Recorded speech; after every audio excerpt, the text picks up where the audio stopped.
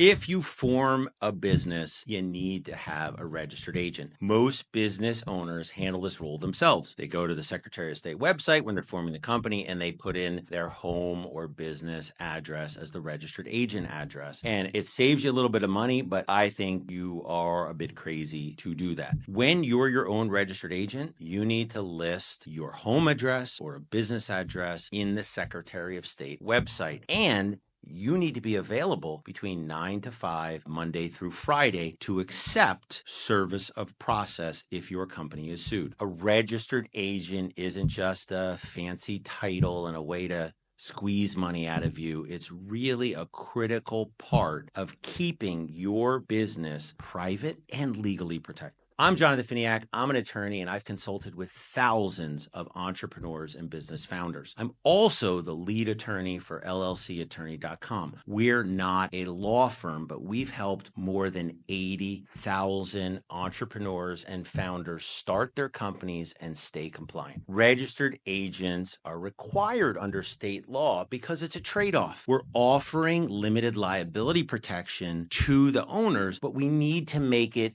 easy to sue the company if something goes wrong. And so what you need to understand is that someone, in order to comply with the law, someone has to be there at the address you provide to accept those legal documents on behalf of your company. Without a professional registered agent, court papers, tax notices, other documents, they might never reach you, and that could land you and your company in serious trouble. So missing legal notices isn't just an oversight and you sort of write it off. It can lead to a default judgment being entered against your company, which means that you didn't even have a chance to defend yourself. Other things that happen is that if you have your home address listed as a registered agent, everyone's going to know that your company's being sued. And when I say everyone, suppose someone serves the company when you're having a party. Suppose your partner or spouse would be very worried and doesn't understand business as well as you do, be very worried, or your kids would know, which can cause angst and family issues. The other thing is if you use your business address and you can comply with the law because the office is staffed during normal business hours, your employees may know